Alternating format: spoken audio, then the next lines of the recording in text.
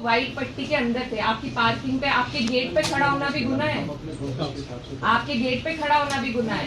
आप पीड़ित आपके पास फरियाद लेके आ सकता है या नहीं, आप ये बता दो। सभी को कमजोर समझ रखा है आपने। क्या करोगे? गोली चला दोगे, फांसी दे दोगे? दो, हद कर दिए। तरीके से किसी को बात करना नहीं आता है। इस जनता की ही तनख्वाह मिलती है आपको। इनकी नौकरी पे हो आप, हम आपकी नौकरी पे नहीं है।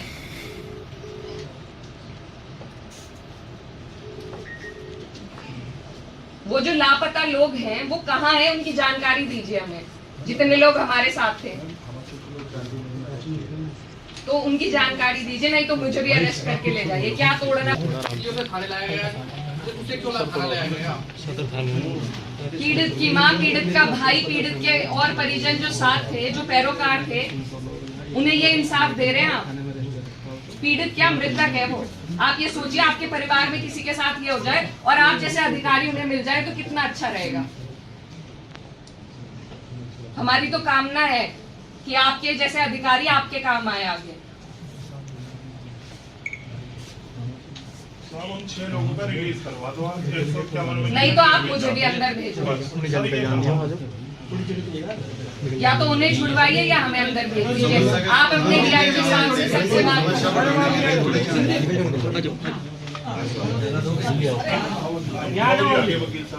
आपकी तो इंसानियत मर चुकी है, हमारी नहीं रही है। मुस्कुराइए मत, मुस्कुराइए मत। अरे उन्हें देख के मुस्कुरा रहे हैं आप, मुस्कुराइए मत। सब परेशान हैं, आप मुस्कुराइए। यही आपकी इंसानियत है। वहाँ भी जैसे मजिस्ट्रेट के यहाँ लगे वो 10 सेकंड फॉर्मेलिटी कोई करी जेल रवाना। अगर आज के टाइम पे आदमी अपनी पीड़ा लेके, मृतक की माँ थी, इनके पास अगर गुहार लेने आ गए तो उसका ये सिला है कि माँ को भी अलग कर दिया, उन परिजनों को जेल भेज दिया और हम यहाँ बैठे हैं। अब या तो हमें जेल भेजे या उन्हें रिहा करें। हम तैयार हैं जाने को। आप अपनी तानाशाही की हद पार करो। दूसरे की पीड़ा पे हंस रहे हैं। जब खुद के साथ ऐसा होगा उस दिन आंख खुलेगी, कोई नहीं साथ खड़ा रहेगा फिर। सर जैसे डीआईजी साहब क्या सुबह लोग गए थे, ऐसा इन्होंने क्या वो किया? डीआईजी साहब को उनके गेट पे खड़े होने से भी आपत्ति है। बताइए, बाप दादा की जागीर नहीं है ये। आप लोगों के पास हम सिर्फ 5 से 7 लोग थे। 5-6 लोग या कोई ऐसा अपराध वहाँ किया हो जो आपके पास प्रूफ हो, जिस पे आप लोगों ने प्रूफ दो। वो तो किसी चीज का नहीं दे सकेंगे, अपने हिसाब से कार्रवाई करेंगे। बस एक तहरीर में नाम लिखवाने की बात थी और कुछ भी नहीं थी। या इस सरकार में गुना होगा इस बात की। एसपी साहब 151 का रिलीज करवा दो। अब आपने 151 तो कर दिया, आपकी फॉर्मेलिटी भी पूरी होगी और वो लोग छुड़ी जाएंगे। साहब ये करवा दो साहब, देखिए प्रोसीजर में चल रहा है, सब पता कर लेते हैं क्या है। वो तो इन्होंने रिजेक्ट कर दी पहले। वो तो इनको 1 मिनट में रिलीज ऑर्डर हो जाएगा। तो 151 को इतना बड़ा अपराध थोड़ा ही है। नहीं तो मेरा भी कर दे, बात खत्म है। हम कब मना कर रहे हैं? कहते तो ये लोग किसी से भी नहीं है। इन्हें कहाँ दिक्कत आ रही है? ये लोग तो तानाशाह हो गए, इन्हें कहाँ दिक्कत आ रही है? हम तो सम्मान में वो हो गए, हम लेके भी 5 ही लोग गए। मैंने कहा बस मृतक की माँ और परिजन चले जाएं, नहीं तो हम यहाँ पहले ही चक्का जाम कर देते। गलती करिए आपने, अरे इन लोगों को सम्मानित भाषा नहीं समझ में आती है। हमें पता है, हमें भी नहीं सोचना मना क्षेत्र में रहेंगे। हम इन्हें परेशान नहीं करना चाहते थे, लेकिन इन्होंने हमें परेशान कर दिया। जो पीड़ित पक्ष था, जो मृतक थे, उन्हीं की सुनवाई नहीं है। भला उसका बच्चा तो मरा ही है, माँ का ये फैक्ट है, इन्हें पता है। अपनी गुहार लेके भी नहीं कोई आ सकता, वो भी जुर्म है।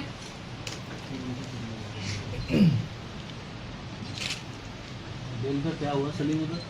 खाली ये तो फॉर्मेलिटी हो तो 10 सेकंड हमें वहां जाम में फंसा लिया इन्होंने। इनकी चतुराई देखिए, सरसावा में इन्होंने वो लगा दी मामा जी, बैरिकेडिंग लगा दी। हम तो पता नहीं कैसे कैसे भाग के आए। एक गाड़ी महिला पुलिस की मेरे पीछे, वो पता नहीं आज तक भी मिली होगी या नहीं। हम तो निकल आए वहां से, लेकिन इतनी चतुराई से काम कर रहे हैं सिर्फ इंसान को पीड़ित करने के लिए। अगर अभी किसी का केस खुलवाना हो तो कहेंगे अभी तो 10 दिन है जी, अभी 15 दिन है, अब ये निकल रही है, अब वो निकल रही है। और कोई पीड़ित को परेशान करना हो तो इनके पास सारी व्यवस्था है।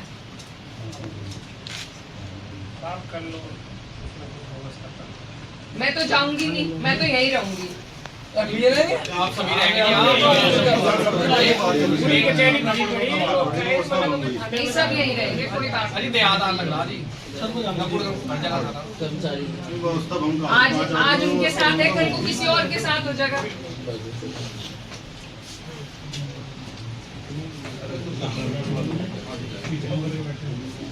फोन पे ये नहीं सुनते किसी की, इनके घर चले जाओ, ऑफिस चले जाओ, वहाँ किसी की सुनवाई नहीं है। अब यही तरीका बचा है, बस मरेंगे। अब मार दो, गोली मार दो, फांसी चढ़ा दो, इससे ज्यादा तो नहीं करोगे। प्रोटोकॉल की तो है अभी शासन का ही, फोन भी उठाना, ये तो खड़े भी नहीं हुए।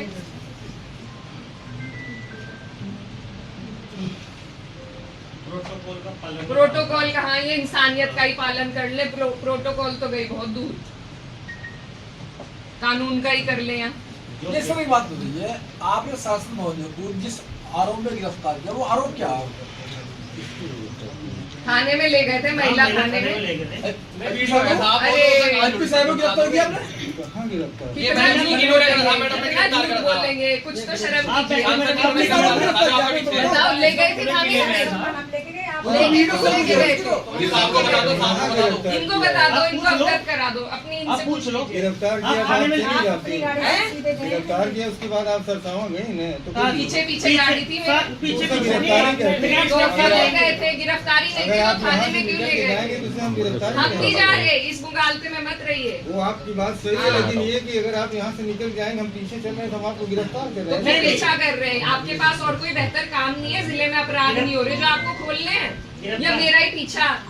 कौन पीछा? मेरी स्टॉकिंग आपकी जिम्मेदारी बन गई है क्या? क्यों किसी सांसद की, किसी की लग तो ऐसा ही रहा है। तो आपको लग रहा है, उसमें हम कुछ नहीं कर सकते। मत कहिए फिर, गिरफ्तार झूठ भी मत कहिए फिर, हाँ, आपको गिरफ्तार झूठ मत कहिए, गिरफ्तार किया, झूठ मत कहिए। गिरफ्तार तो किया आपने, पड़ जाएगा। अरे भीड़ से अलग करके अब आप एक किनारे करके कोई चीज ले जाइए तो उसे एमपी साहब ले जाओगे आप इस तरह से? हम कह रहे नहीं गिरफ्तार किया गया, तो आप चलिए। आपकी क्यों माने, आपकी क्यों माने? ठीक आप है, खुदा मेरी है। मत मानिए, मेरी मत मानिए, लेकिन अगर गिरफ्तार किया होता तो आप जाते, फिर सरसावा तरफ जाते क्या? हाँ, जाती। आप रोक के दिखाओ ना, आप रोक के दिखा दो। जिस बात आप रोक के दिखाओ। अगर आप जिस चीज को गिरफ्तारी करें, मैं केवल उसका जवाब दूं। गिरफ्तारी तो आप अगर अब आपको कर लो ना, गिरफ्तार आप करते अब तो कर उसमें लो। कुछ कहीं प्रश्न नहीं। अरे भैया आपने गिरफ्तार किया, उनके 7 लोग थे, उन्हें गिरफ्तार कर तुमने जेल में दिए। चीजों को अलग करिए। मान लो आपको कहना है- 7 लोगों से भीड़ थोड़ी होती है।